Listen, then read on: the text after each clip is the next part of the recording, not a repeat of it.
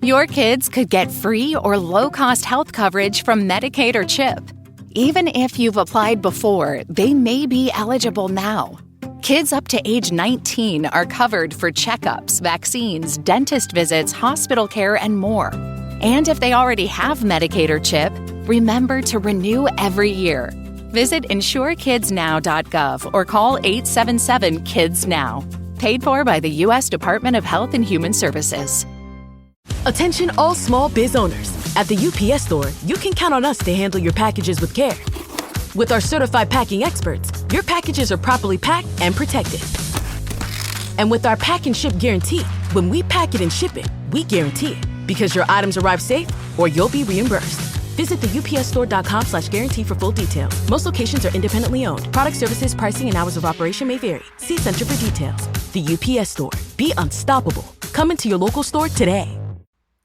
So, what are the top 3 stories of the week? Stick around and find out, folks. Let's get things started. You're listening to Pilgrims Grey Chronicles, top 3 stories of the week. The world's gone strange, but we love a good peek.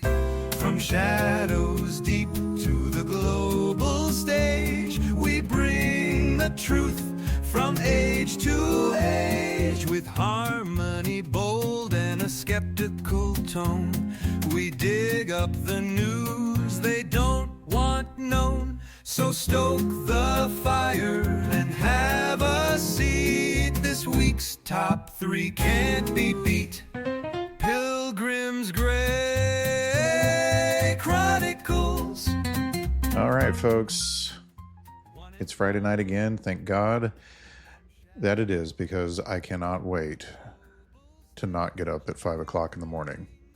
I think more than actual work itself, that is what wears me out by the end of the week. Getting up so early in the morning when my body is still like, what are you doing? Why are you getting up at 5 in the morning other than to pee? And so I want to have our stories tonight a little bit shortened, because I want to go back over Wednesday night's failed audio recordings, fooling around with a new software program. I'm still ironing out the bugs of it, trying to figure it out. So I apologize. I will get to the 3 Instagram videos that I was sent in and present them to you this evening with an abbreviated 3 stories of the week. I don't really need to spend a whole lot of time on all 3 of them, because much of it's already been rehashed. I just wanted to share my thoughts on some of it that I've been thinking about lately. But you know what? Draw near.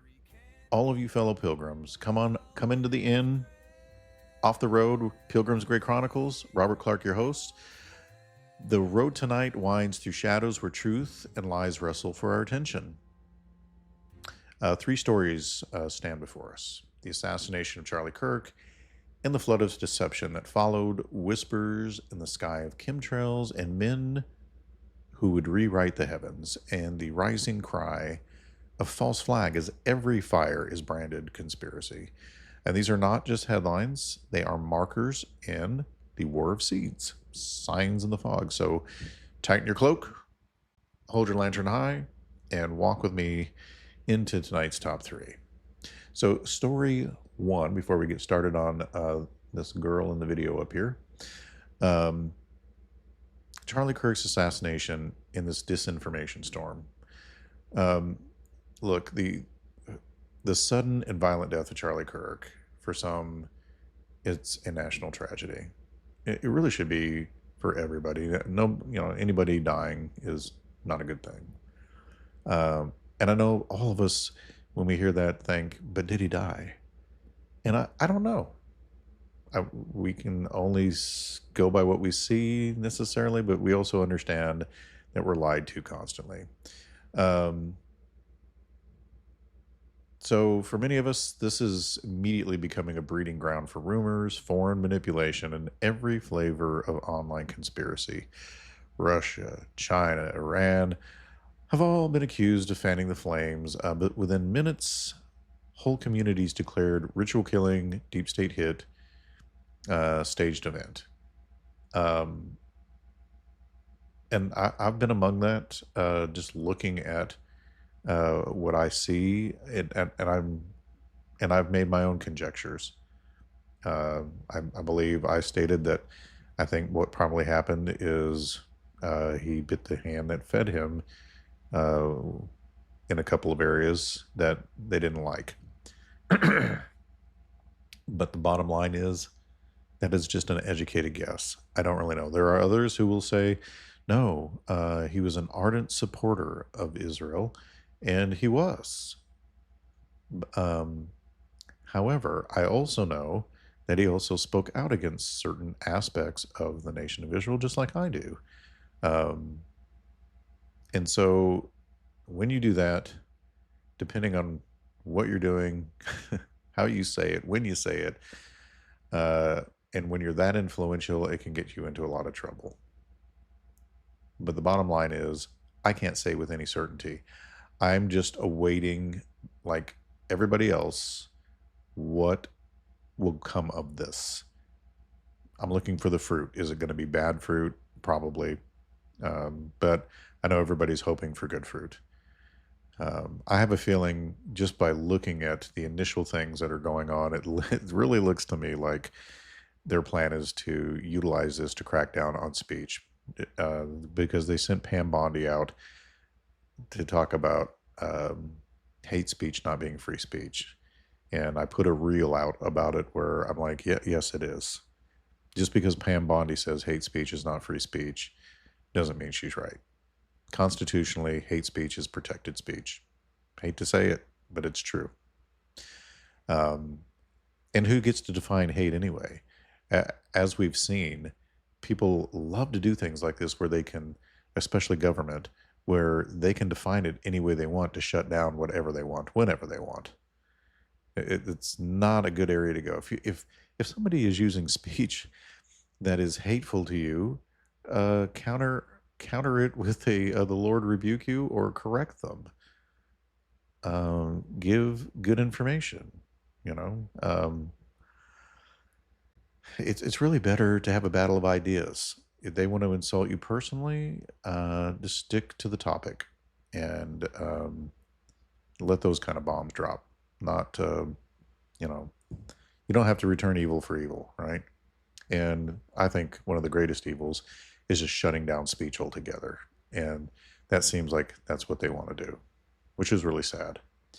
So what does this reveal anyway? That in our world, truth is the first casualty of chaos, right? When lies multiply faster than facts, we are reminded of the words of Jesus, right? That Satan is the father of lies, and deception will mark the last days. I mean, Jesus warned us twice about it in Matthew, right? At the beginning and at the end. So we can mark it down that it's going to be a season of deception like no other. And not a little season. Oh my gosh, I'm so tired of little season. But not tired of the brothers who believe it. We probably agree on a whole lot of other areas, just not that one. And I've made the case that I don't see it as Satan's little season, all these different structures and the things that went on. I see it as one more attempt by the gods and demigods that still live among us to have their one world order. They keep trying to institute it, their rule here like they had before the flood, and it keeps being put down by God, I believe. He keeps shutting it down because it's not the time to do it. The time will come, and I think it's coming really, really soon. We can all see it all forming together when they finally get their wish and they have their last little hurrah on earth before they're tossed. So, I would just ask myself, how does disinformation serve the powers that are behind the curtain? Right? I mean, it divides, first of all. If you can get people fighting over versions of the story, they'll never unite to ask the right questions. Governments, intelligence groups, even spiritual principalities thrive when the masses are confused. And the Tower of Babel wasn't just about language and confusion, it was about division. Division scatters, and scattered people are easier to rule, or can be. Now, I know it was God that did that because we were uniting as one in the wrong way, in rebellion against God. And at that time, we were asked to disperse, and we completely ignored. In fact, we didn't just ignore it, we did the opposite of what God said. And then nothing would be out of our reach. And with the help of these little g gods, things would have gotten really bad really fast. But it didn't matter. They still keep trying to reestablish Babel over and over, or the pre-flood world. And that's what you're finding when you see the weird architecture. It's what you're finding when you see the cataclysms. It's what you're finding when you see all this weird Tartarian stuff and so on, or even the rule of the Byzantine Empire. All of these different things that you're seeing are just these same angelic beings and their offsprings and adherents following them to have the world the way they want it to be apart from God. So, and I'm even beginning to think there's a good possibility that they may be living below ground. And I plan to do a future show on it. You know, the possibility that maybe even the pyramids are some sort of energy source to feed the underground area as well, or at least at one time. Perhaps preparing for the coming cataclysm of the flood, because the Book of Giants talks about a set of brothers, giants, that were also warned in dreams by their angelic parents what was coming possibly on the earth. So they may have had time to prepare. A whole world underground built by these Nephilim and little g gods to survive the flood. All right, so story 2.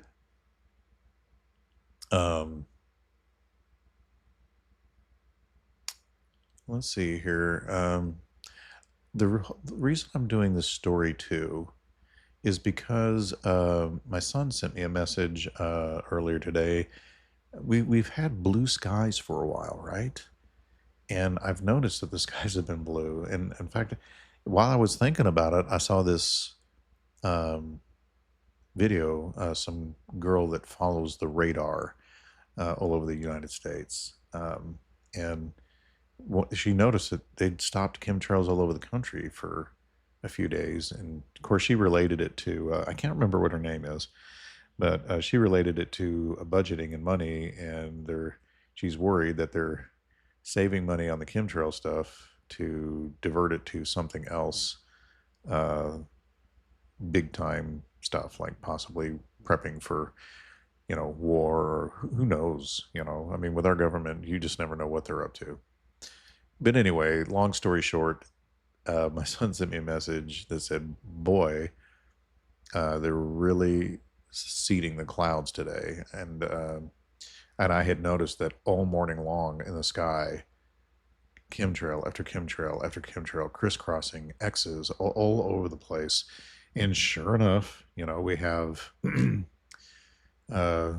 cloudy skies, and we'll probably have rain tomorrow as a result, dumping chemicals all over us. To me, it's bad enough that we have to deal with ragweed and pollen this time of year. Do we really need to be dumping heavy metals and whatever crazy crap they're putting in the air? I mean, I've heard all sorts of things. One thing's clear to me, though. If you're watching the skies and paying attention, you can definitely see that they've formed this haze.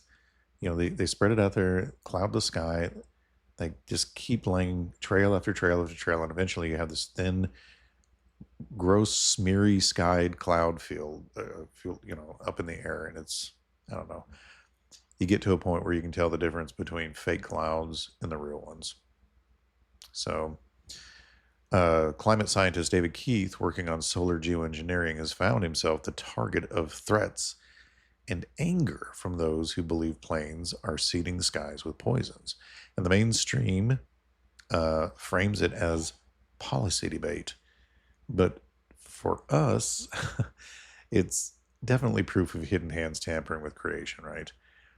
But let us ask, what happens when man seeks to bend the heavens to his will?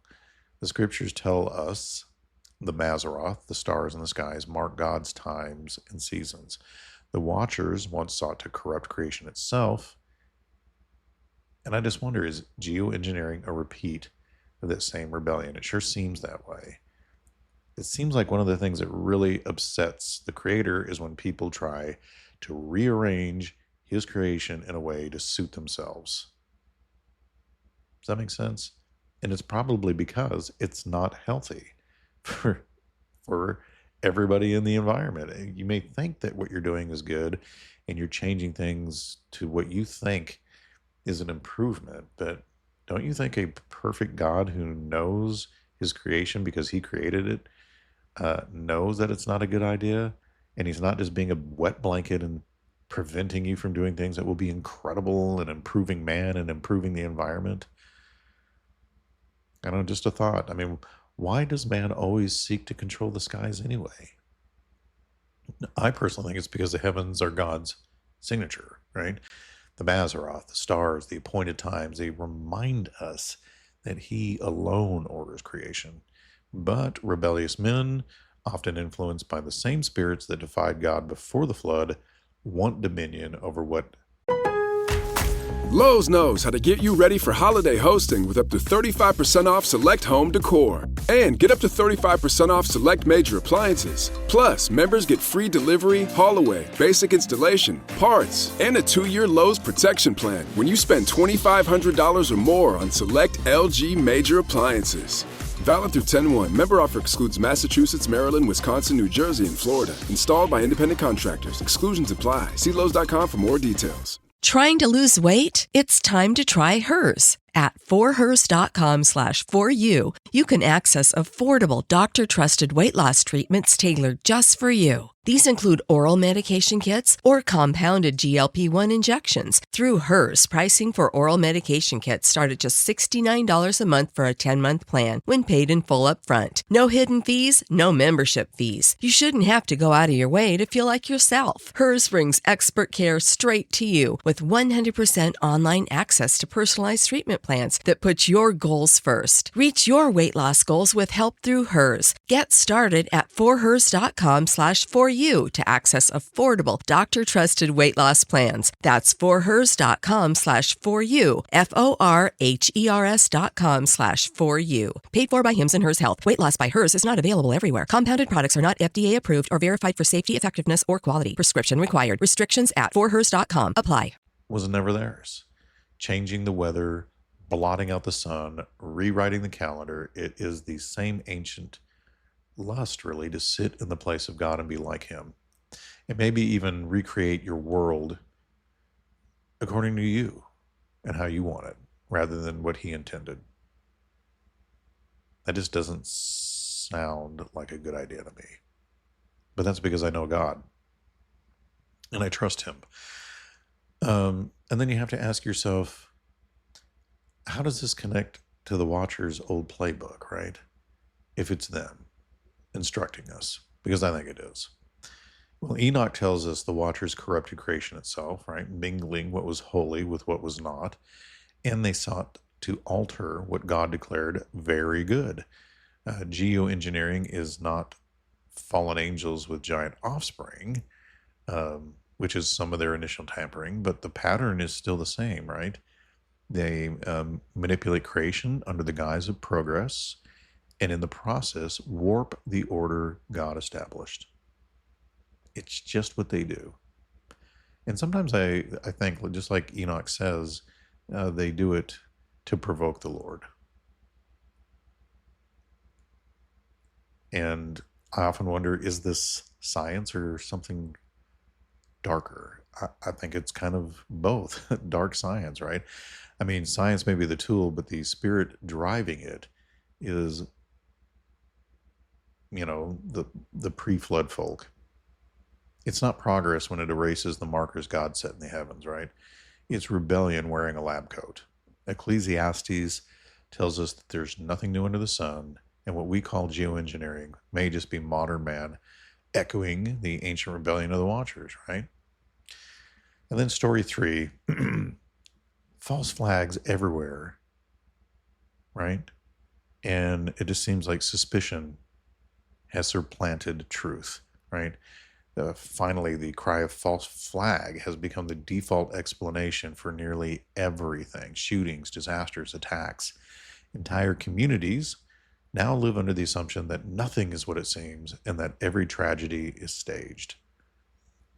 On one hand, scripture warns us to be discerning, to test the spirits, but on the other, endless suspicion can become its own prison. If everything is a false flag, then truth itself is lost and we descend into paranoia. Now, is there false flags? Obviously, yes. I've given examples of them. You know, the attack on the U.S. Liberty, I believe, was one. And I know people don't want to believe that. They buy the narrative sold to them by our leaders and the leadership of Israel. But some of the witnesses are still alive, and I've heard their stories and I've heard them interviewed, and I've seen their information, and I would trust them long before I would trust government officials who were willing to do things like Operation Northwoods. And we know they've been guilty of doing things like this. I don't trust our government. I don't trust our mass media. And after seeing the events of the world since 2020, I trust them even less than I ever did before. They clearly do not mind doing things to us that are not good for us, all the way up into death. So with these things, I think we should ask ourselves, you know, why is the false flag narrative even exploded in our culture? And it's because trust has collapsed. Institutions that once were seen as guardians now look like predators, and they were probably never guardians to begin with. People instinctively suspect manipulation because history has given them reasons to. From covert wars to propaganda campaigns, suspicion grows where trust has been betrayed. In fact, I think the whole idea was that they built up trust so that they could deceive you with the things that they saw in the future they wanted to trick you with. So in other words, they tell you the truth right up front, and this is kind of what controlled opposition even is. You tell all these truths, these 90% truths, so that you can get that 10% to push the masses into the area that you want 10 years from now. And it seems pretty clear that that's what Operation Mockingbird with our CIA is all about, operating through 24-hour news channels, mass media, movies, games, music. Just be aware of it so your eyes are open, you know. So I know it kind of ruins movies to a degree, because once your eyes are open and you understand what they're about and you know what to look for, just like it was either Albert Pike or Manly P. Hall mentioned that once man recognizes their symbolism and their communications and how they communicate through symbolism, it will be their downfall, because we'll all see it. Oh, there's the number 33 again. There's a number 11. There's the number, you know, and all their little symbols, their little, you know, hand gestures, shakes, their as above, so below fingerings. You see it on their clothing. You see it on their signs. It's everywhere. You just need to know what to look for. And once you do, you'll be looking at movies and you'll be like, oh yeah, there it is. Oh, there's another one. Oh, there's this. It's almost more fun to spot the stuff in the movies than it is to actually watch the movie. Anyway, how does this mirror distrust of rulers and elites? When rulers govern by lies, the people assume lies in everything that they say. That's kind of where I am now. I don't trust them. I will check everything they say. I feel like I should never have trusted them to begin with. But my heart is that, you know, sometimes we think that people think like we think, and they don't. Like, I think to myself, I would never do that. I would never do what they're doing, so it doesn't dawn on me that they would actually do it. Does that make sense? Like, you don't want to believe that your news people, your politician, your favorite person in the media or whatever would lie to you, but they do all the time, and think nothing of it. it seems. Maybe some of them do. Maybe some of them have a guilty conscience and it bothers them. And so they start to try to spill the beans or, uh, you know, be a whistleblower, but they rein them back in either by threatening them with, pumping them full of drugs or just offing them. Oh, yeah, he jumped off a bridge. Sure, he did. Okay. Or people in perfectly good health dying of heart attacks suddenly because they spoke out. So, when leaders deceive, the sheep scatter. False flag thinking is the modern echo of ancient Israel's cry, "Our leaders devour us, and the prophets prophesy falsely." That's why we're having a massive surge in false flag accusations. You can't blame, I see a lot of people saying things about the Charlie Kirk thing, saying this, that, or the other thing. We shouldn't be jumping to conclusions. But it's hard not to when they lie to us so much. It's like you can't believe anything they say. So you kind of have to just wait to really see how things shake out and look at, like the Lord told us, look at the fruit of it. What's going to come of the fruit of it? And I don't mean necessarily, like, for the government, their fruit that they think will be good is their ability to control us through restricting free speech. They would consider that good fruit. I don't consider that good fruit at all. So, from a Christian perspective, God brings liberty. Liberty and freedom marked with, of course, walking with his righteous way of living. So how do we walk between blind trust and blind suspicion?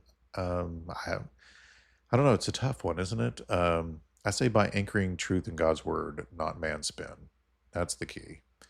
Yes, there obviously are false flags. History confirms it. We know about it. Most of you are smart enough in this audience to know, about these things. You're paying attention. But paranoia sees only shadows and forgets the light, right? Sometimes the balance is testing the spirits, not gullible to lies, but not enslaved to endless suspicion. There are trustworthy people out there. And you just have to pray to the Lord for discernment. And discernment means holding fast to Christ as truth so we don't mistake every storm for a scheme, right? I know I can be guilty of it. I mean, and it's hard not to be. Like, I saw a post today from, I'm going to forget his name. Anyway, as a part of his post, he was talking about a dream he had. And this was on my X account, Pilgrims Grey Chronicles on X. And I was reading it, and I told it to my wife, and I said, so I'm reading this guy's story about how he had a dream that some demon or something said, I'm in the basement or something like that, right?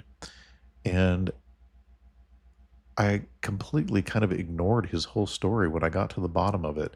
And he told everybody in the story that he had this dream September 10th at 3:30 in the morning. And so as soon as I saw that, the immediate thought that went through my mind is, I wonder who he's giving comms to with that number 33 being present in his messaging. Because it's everywhere right now, especially surrounding this Charlie Kirk thing. It's like it's tagged in everything. 33 hours later, I don't know. And so it's sometimes I feel like, am I just being ridiculously over paranoid? And, or is this some sort of calm that they're all sharing right now for whatever reason? I don't know. You tell me. There's people far more wise and smarter than I am about such things. And I appreciate you all when you comment. So I'm blown away by some of the comments I read in some of the emails I get. You guys are brilliant. And I appreciate all of you for listening. And, you know, these three markers that we have here tonight, a political assassination wrapped in lies, men tampering with the skies, a culture choking on its own suspicion, uh, they really form a picture, a world unraveling under the weight of deception, just like we were warned, right? But we pilgrims do not walk in the dark without a lantern, right? We will trace these shadows back to their roots in the ancient seed war and remind ourselves that though deception rises, truth will prevail when the king returns, which may be sooner than you think. And that's one of the subjects we'll be covering this Monday. Is I want to go over this September 23rd, 24th date, since it's Tuesday, Wednesday of next week, and go over the rapture and discuss that issue, because it's going to be huge over the weekend and the following week. Whether it does or doesn't happen, it's going to be big news. And there's all sorts of weirdness already ahead of it. Now, before I forget, let's go to ta-da, our videos that I tried to share with you on Wednesday night that were sent in by viewers. And for whatever reason, the audio wouldn't record. So when I allowed Riverside to make the reels, I just did magic reels. And what it wound up doing is it just edited out that audio completely. So I apologize. You can hear me commenting on it, but you're like, what the heck is he even commenting on? Because I can't see or hear the video. Well, you're about to see. So I will show you each one, and hopefully you will enjoy these. This is one that has to deal with Charlie Kirk's wife and some of the oddity behind her her background. And it is odd. I don't always know what to make of such things. I'm just a simple working guy that reads a lot, loves Tolkien, is a Christian, and is trying to figure things out in this world as best I can in a way that would make God happy, using wisdom and discernment. So here we go. Kaboom. 2012 wins Miss Arizona, competes in Miss USA, a pageant owned by ... Trump. Okay, want to know something really weird? So she had said in a podcast that she had never competed in pageants and had never done any modeling before, until one day she receives an invitation in the mail to become a model and start doing pageants. And the pageants that she started doing were Miss USA pageants owned by Trump. So she modeled for Trump. She was one of Trump's pageant girls. But did you know that she was also a casting director at the same time that she was doing all of this stuff for Trump? Now, she doesn't specify on her website if she worked as a casting director for Trump, but around the time that she was claiming to be a casting director, she also owned a ministry that was working with the U.S. military in Romania. The area in Romania where she was operating this ministry had a bunch of locals accusing these evangelical ministries of kidnapping children and trafficking them out of the country. These children were being found in the UK, in Israel, and were also being sent to undisclosed private islands. Locals demanded authorities look into it, but they never did. Now, Charlie Kirk really wanted the Epstein files released, but did his wife? Prior to marrying Charlie Kirk, she was a multi-millionaire on her own, and since his passing, she's also amassed all of his wealth, plus an additional at least $5 million in donations. She's currently considered the most powerful woman in the United States, with mega fans begging her to run as vice president in 2028. Let's talk about their first date, because it was actually a job interview. Back in 2018, 2 years after Donald Trump had started working with Charlie Kirk had hosted a Turning Point USA opening event for one of the offices that they had opened. And Erica and Charlie Kirk were introduced to each other. Charlie Kirk instantly thought that she was beautiful, but thought that she was really smart. And allegedly, one of their mutuals had suggested that Charlie Kirk hire Erica. I'm assuming it was Donald Trump or someone on his team, because Donald Trump had signed on to work with Charlie Kirk, and Erica was already one of Donald Trump's employees. So it would make the most sense for Donald Trump and his team to encourage Charlie Kirk to hire Donald Trump's employees.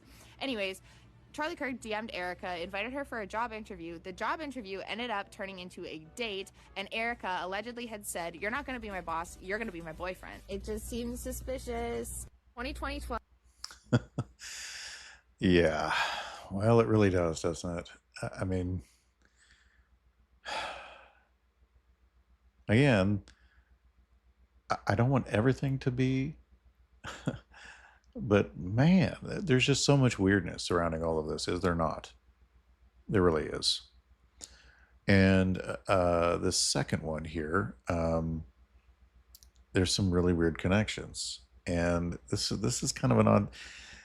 It's just there's so many bizarre connections throughout this whole thing, so many bizarre connections, and let me. I think this is set up to go, so let's just check it out.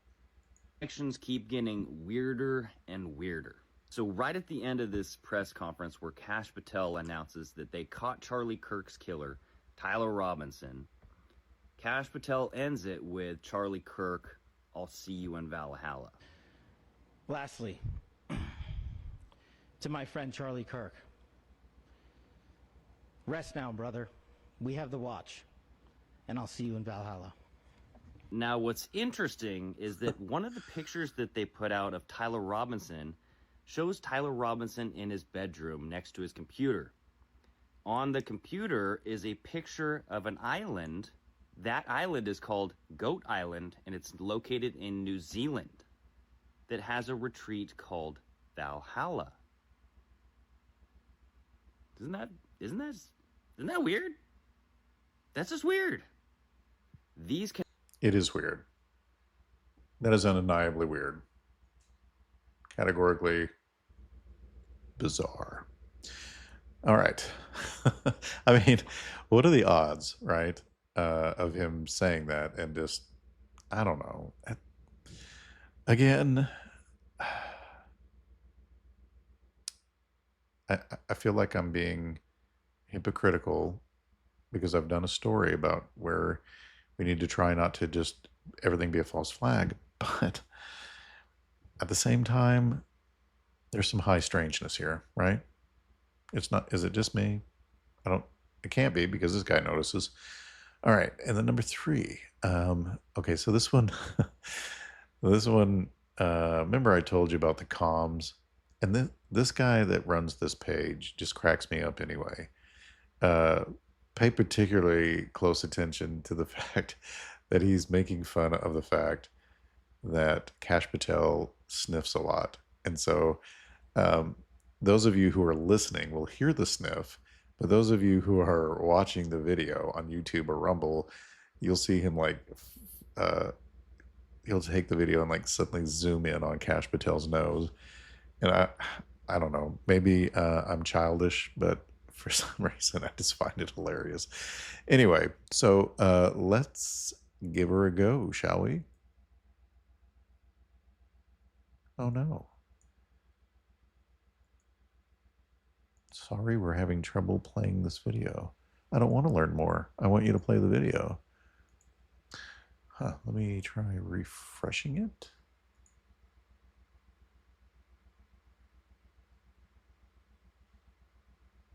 Boy. Well, maybe he got rid of the video. That's a shame because I really wanted to share it with you all. I'm looking and I no longer see it up here.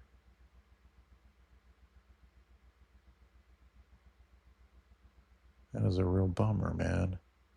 How many videos does this guy put out every day?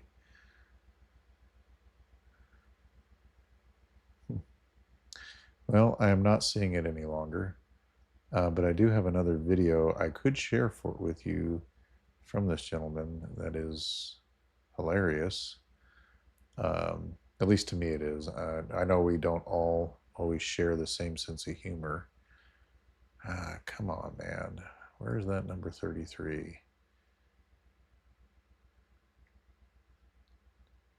This is a bummer.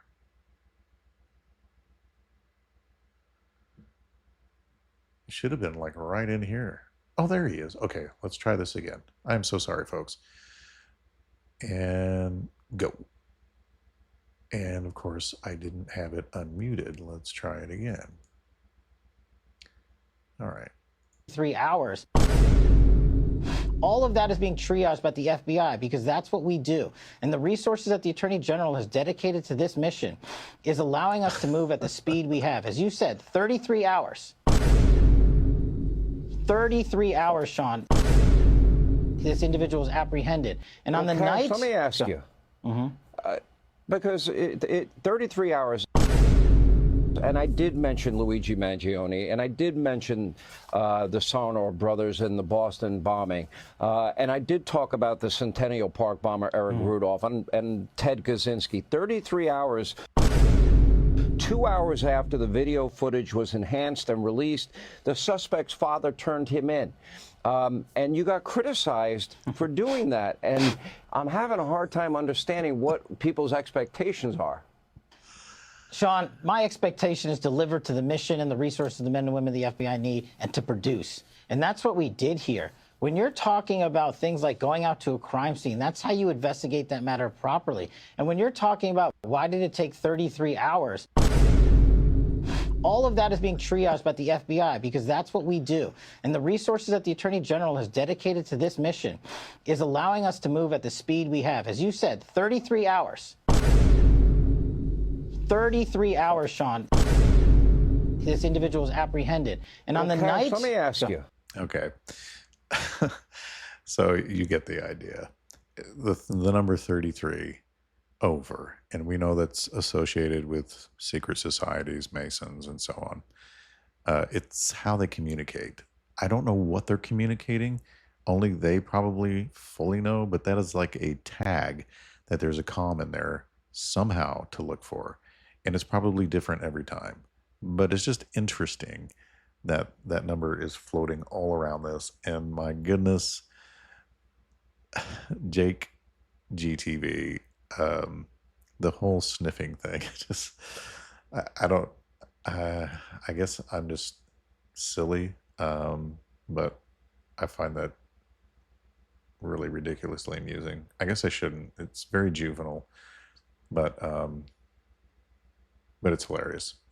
Anyway, there's another series on here I wanted to share with you, but it kind of makes me concerned that if I do share it, I don't want people upset about, because it's meant in good fun. So I'll tell you what, I'll share with you just part 1 of part 2 here. And when they say antiseptic, it's really a replacement word for anti-Semitic, and they do it to not get flagged. I guess, I don't know. So but anyway, you'll get the drift of it, and I will play part 1, and if I get enough interest in emails, I'll play part 2 on the Mailbag Wednesday. So here we go. Welcome back. It's been quite a week. Jackie's still missing and questioning is still Hamas. That's right. Tonight, another $650 million sent to Israel. Right, Jenny? That's right, Erica. We're here in Gaza where sand people are being pushed out so the chosen people can finally come home. Please help. Ugh, get off me. Ooh, sounds like there was some kind of explosion out there. Yeah, good thing it's just sand people. Yeah. Jenny, maybe get a reaction from someone on the ground for us? أنا بني آدم قاعد لا أكل ولا شرب ولا شيء ولا مصادر للحياة في الطريق ما فيش. وين المؤسسات الدولية؟ Yeah, what he said, right, Tom? I have no idea what he just said. Yeah, probably something sandy. In other news, our greatest ally just bombed Qatar. Whoops. That's right. Qatar is supposed to be the mediator of peace, and now America has to decide how we're going to finish off the sand people. Let's go live to Charlie and Shapiro-Stein. Israel bombed Qatar. It's like, maybe we should also ask a question. Is the media totally presenting the truth when it comes to Israel? Just a question, that maybe we shouldn't believe everything the media says. Stick to the goy slop or you'll end up like Jackie, last warning. Shapiro-Stein, tell him what it means to be chosen. I'm overtly pro-Israel, right? I mean, I'm not making any bones about this. I'm a Jew and I'm a Zionist. I'm not going to pretend that to say otherwise would be absolutely silly. The perception the legacy media is like owned by the Jews. And I was going to say, Ben, you Jews own the media, Ben. Shut it down. Everybody say bye-bye to Kirkberg. I didn't know Charlie was based like that. Yeah. I hope he doesn't end up like Jackie. Hello, this is Mossad. Charlie's on at noon. Utah. I'll be there. Good call, Producer Berg. In other news, the IDF just got caught sniping sand people trying to get food and resources for their starving families. Check it out.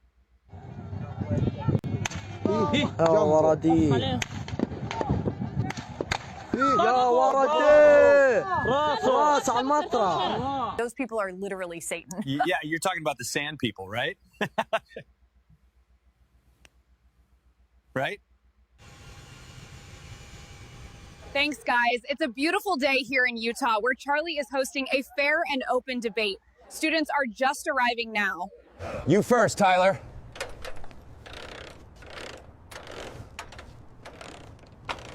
We're here at Utah Valley University, where many are bracing for Mr. Kirkberg's new round of antiseptic hate about loving Jesus.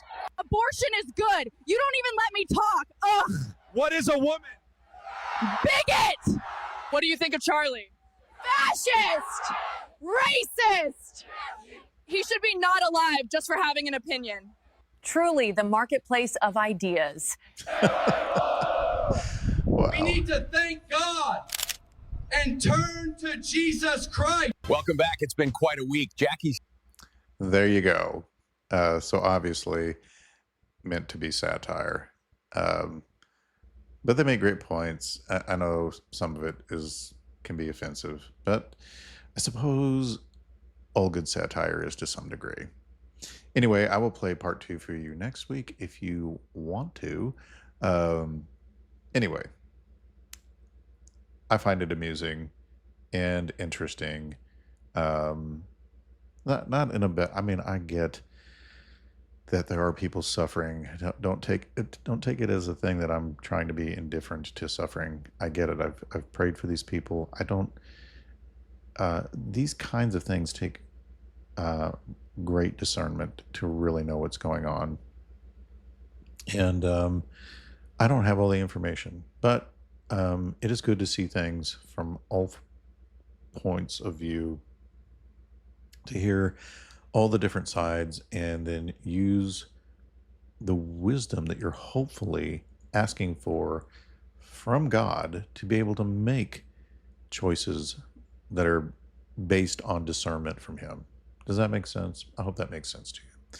Anyway, I hope all of you have the best weekend of your lives.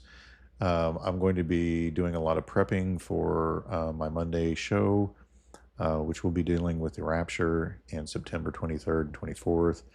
I know some people are hardcore kind of date setting, and others are just hopeful. And, some are like me that watch every September because of the Feast of Trumpets, because I think there's a good biblical case to be made for that, as well as for the rapture in general.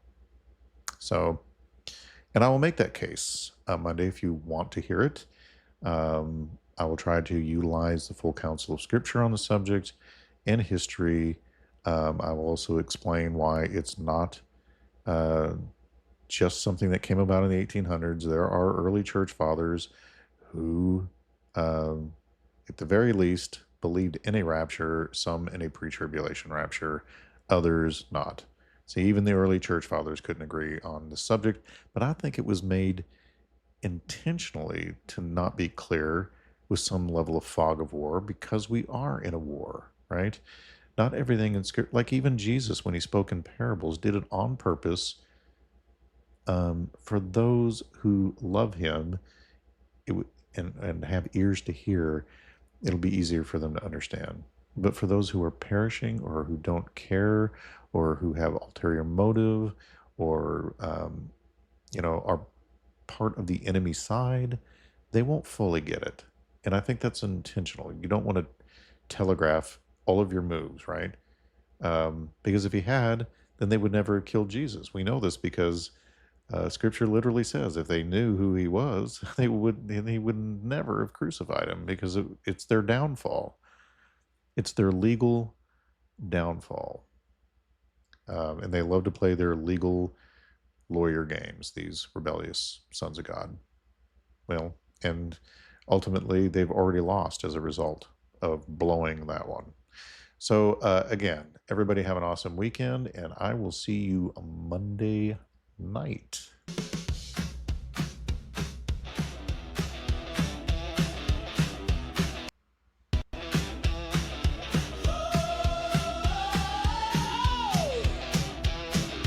Pilgrims